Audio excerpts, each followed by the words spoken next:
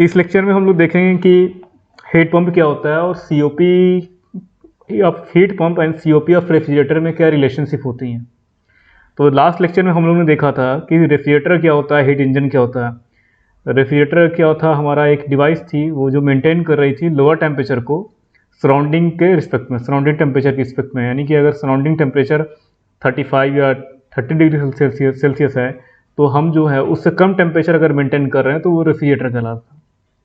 और रेफ्रिजरेटर के लिए हम लोगों ने सीओपी डिफाइन की थी, जैसा कि हीट इंजन में हम लोग इफिशिएंसी को डिफाइन कर रहे थे। तो जो सीओपी आया था रेफ्रिजरेटर की, सीओपी ऑफ रेफ्रिजरेटर, वह क्या फार्मूला था हमारा, desired effect upon work input.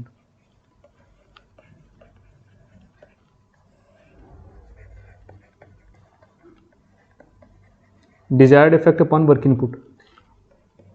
तो इसका हम लोग डेरिवेशन किया था तो क्या आया था, Q1 upon Q2 minus Q1। और सीओपी ऑफ रिवर्सिबल रेफ्रिजरेटर देखा था तो सीओपी निकली थी, मैक्सिमम आई थी रिवर्सिबल रेफ्रिजरेटर के लिए TL upon TH minus TL।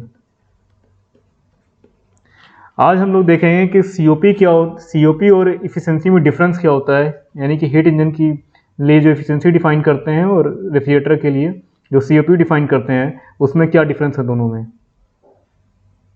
तो यहाँ पे हम 3 रेफ्रिजरेटर साइकिल ड्रा कर रहे हैं।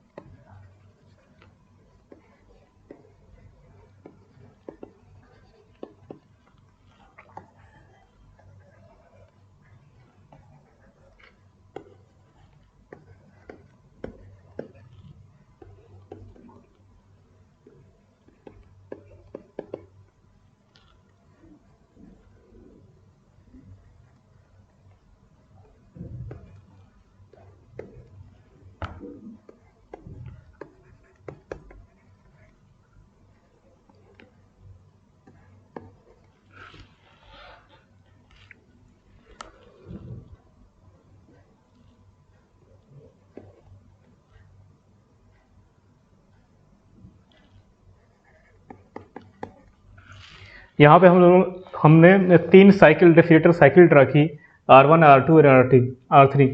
3 रेफ्रिजरेटर है हमारा। तो रेफ्रिजरेटर का काम था कि लोअर टेम्परेचर को मेंटेन करना सराउंडिंग के रिस्पेक्ट में। तो हम क्या कर रहे हैं, लोअर टेम्परेचर मेंटेन कर रहे हैं, एक सर्टेन टेम्परेचर है जो मेंटेन कर रहे हैं। तो फर्स्ट रेफ्रिजरेटर में हम Q1 जो अमाउंट में हीट है यानी कि 20 किलो जूल वो रिमूव कर रहे हैं और वर्क इनपुट कितना हमारा 50 है। तो फर्स्ट केस में सीओपी कैलकुलेट करें तो सीओपी आएगा पहले रेफ्रिजरेटर की desired effect upon work input. Desired effect क्या है हमारा, कौन सा हीट रिमूव करना हमको, लो टेम्परेचर मेंटेन करने के लिए Q1। तो 20/50 होगा। तो 20/50 को कैलकुलेट करेंगे तो क्या आएगा, 2/20/50। तो ये कैलकुलेट करेंगे तो आया हमारा 0.4। सीओपी आई पहले रेफ्रिजरेटर की 0.4। अब सेकंड रेफ्रिजरेटर की सीओपी निकालें हम तो देख रहे हैं work in desired effect upon work input कितना आएगा, 50/50 कितना आएगा, 1। और थर्ड केस में रेफ्रिजरेटर के लिए सीओपी कैलकुलेट करें हम तो देख रहे हैं थर्ड केस में रेफ्रिजरेटर की सीओपी आएगा 20/10 यानी कि आया 2। तो हम देख रहे हैं कि फर्स्ट केस में रेफ्रिजरेटर की जो सीओपी थी 0.4 था, सेकेंड केस में 1 आया और थर्ड केस में 2 आया। तो एक चीज़ हमको ये पता चली कि सीओपी जो होती है रेफ्रिजरेटर की वो 1 से कम भी हो सकती है, 1 के बराबर भी हो सकती है और 1 से ज़्यादा भी हो सकती है। यानी कि COP of the refrigerator system can be greater than और इक्वल टू और लेस देन 1। एंड सीओपी जो है किसी भी रेफ्रिजरेटर मशीन की सिस्टम की वो 1 से ज़्यादा भी हो सकती है, 1 से कम भी हो सकती है और 1 के बराबर भी हो सकती है। ठीक, ये सीओपी का हो गया। तो जो सीओपी है वो VCRS साइकिल एक रेफ्रिजरेशन में होता है, वेपर कंप्रेशन रेफ्रिजरेशन साइकिल में।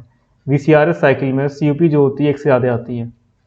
फिर एक वेपर एब्जॉर्प्शन रेफ्रिजरेशन साइकिल होता है VARS साइकिल, उसमें जो सीओपी आती है 1 से कम आती है। तो सीओपी किसी सिस्टम की रेफ्रिजरेटर 1 से ज़्यादा भी हो सकती है, कम भी हो सकती है और बराबर भी हो सकती है। अब देखेंगे इफिशिएंसी। इफिशिएंसी जब कैलकुलेट किए तो आया था हमारा net work output upon heat supplied. तो इफिशिएंसी किसी भी सिस्टम की हम लोग देखते हैं 100% से अधिक नहीं आती है।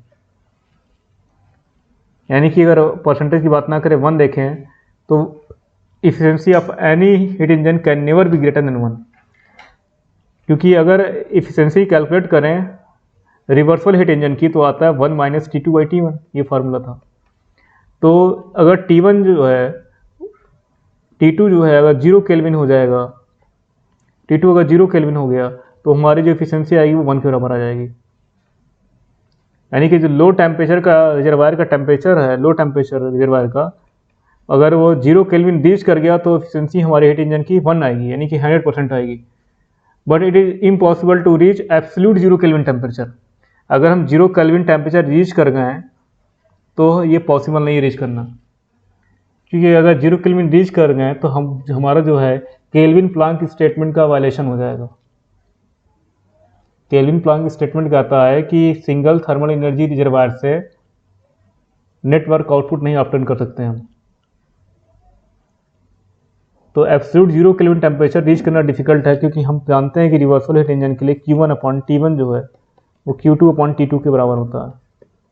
तो अगर T2 0 हो जाएगा तो Q2 जो होगा 0 हो जाएगा। यानी कि हम क्या कर रहे हैं, हीट इंजन है उसको हम सप्लाई कर रहे हैं हीट को, तो सारे के सारे जो हीट है वो हमारा नेटवर्क आउटपुट में कन्वर्ट हो जा रहा है, कहीं लॉसेज नहीं हो रहा है, कोई हीट रिजेक्ट नहीं हो रही Q2 अमाउंट में।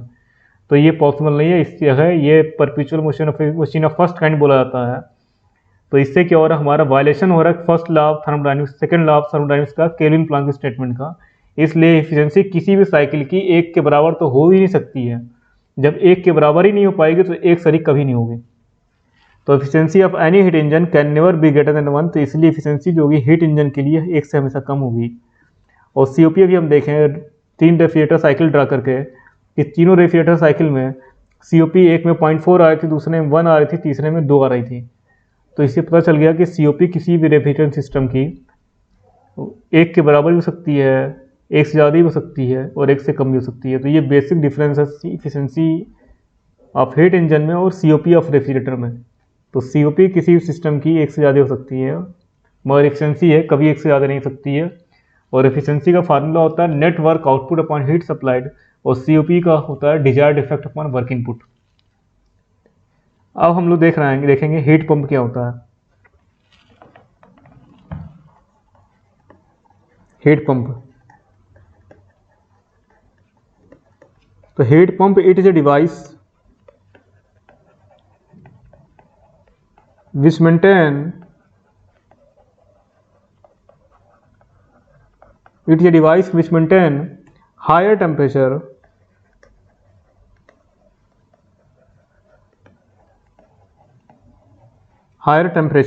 compared to surrounding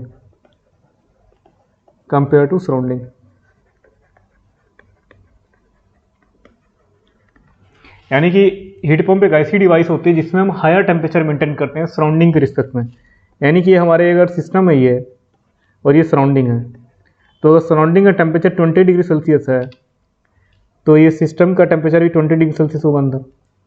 तो हम क्या कर रहे हैं, अगर 20 से 30 डिग्री सेल्सियस टेम्परेचर कर दिए तो हम सराउंडिंग के रिस्पेक्ट में टेम्परेचर को इंक्रीज कर दिए, जो हमारा टेम्परेचर है सिस्टम का वो सराउंडिंग से ज़्यादा है। तो ऐसे सिस्टम को बोला जाएगा हीट पंप।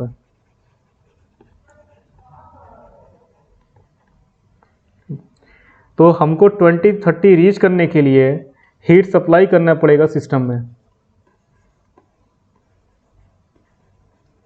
और रेफ्रिजरेटर में क्या कर रहे थे, रेफ्रिजरेटर में हीट को रिमूव कर रहे थे, क्योंकि हम सराउंडिंग के रिस्पेक्ट में लोअर टेम्परेचर मेंटेन कर रहे थे।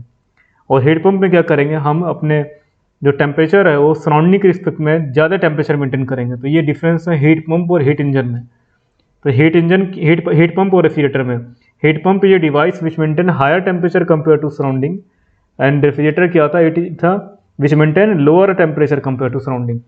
तो एक इसका लाइन डायग्राम अगर ड्रा करते हैं हीट पंप का, लाइन डायग्राम ड्रा करते हैं इसका हीट पंप का, तो देखेंगे HP हमारा क्या, एक हीट पंप एक साइक्लिक डिवाइस इसलिए सर्किल से डिनोट कर रहे हैं, और HP डिसिग्नेट कर रहा है हीट पंप को।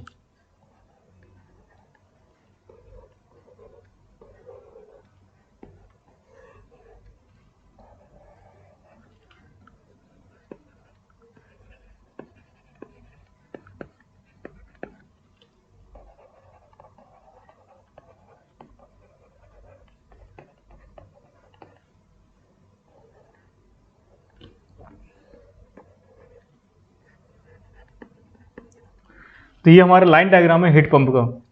तो हम जानते हैं कि हीट जो है लो टेम्परेचर रिजर्वायर से हाई टेम्परेचर रिजर्वायर तक नहीं फ्लो कर सकती है, यानी कि heat can not flow itself from lower temperature to higher temperature. Therefore some external burden is required to transfer the heat from lower temperature reservoir to higher temperature reservoir.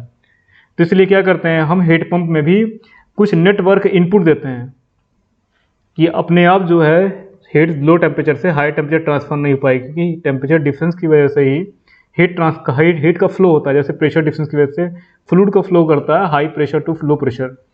तो heat pump भी क्या होता है, एक power consuming device होती है। तो heat pump है it is also a power consuming device.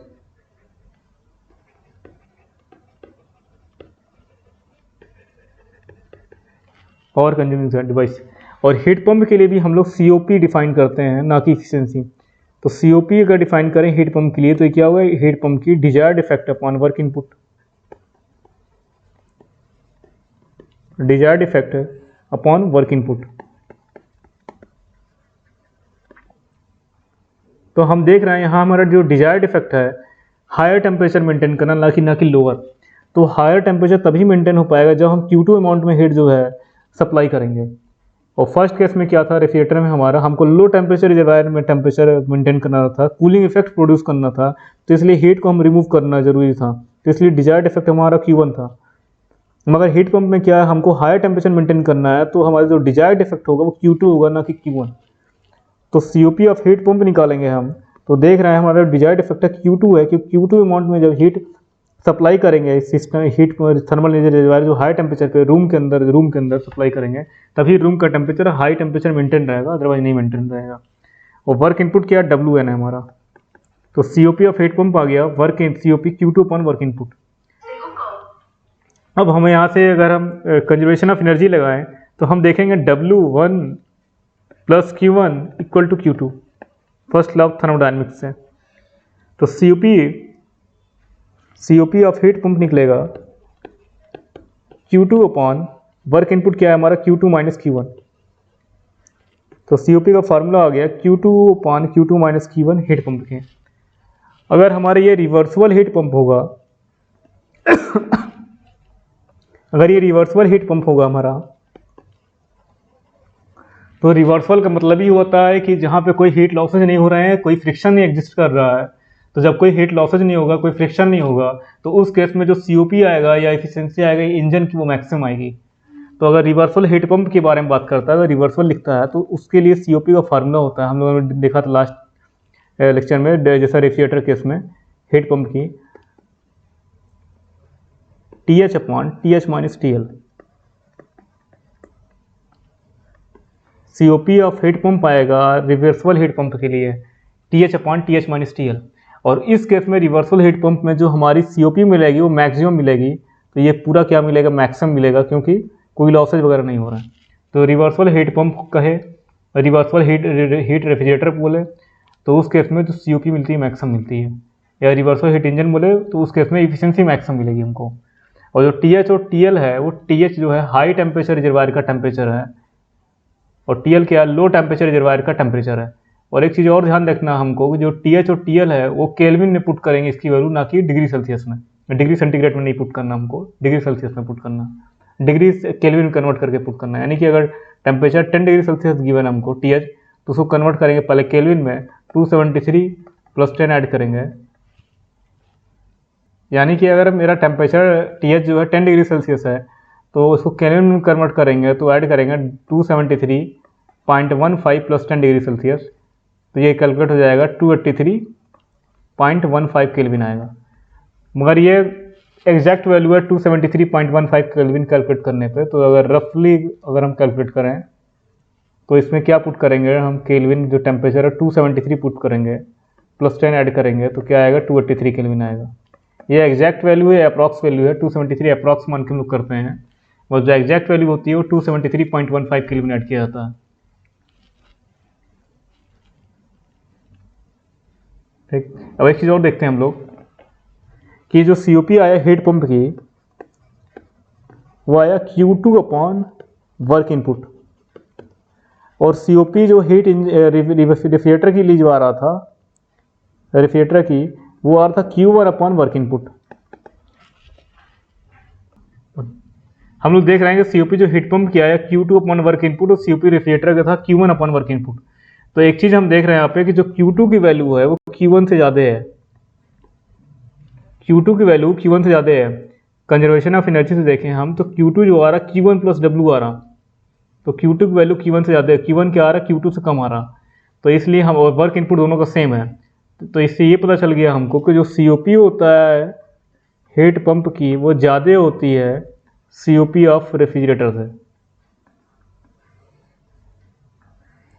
क्योंकि जो Q2 की वैल्यू है वो Q1 से ज़्यादा है यहाँ पे, और जो वर्क इनपुट दोनों के इसमें सेम है, तो इसलिए COP हीट पंप की हमेशा ज़्यादा होता है रेफ्रिजरेटर से। तो अब नेक्स्ट लेक्चर में हम लोग बात करेंगे रिलेशनशिप के बारे में, हीट पंप की COP में रिलेशन क्या होता है और रेफ्रिजरेटर की COP में।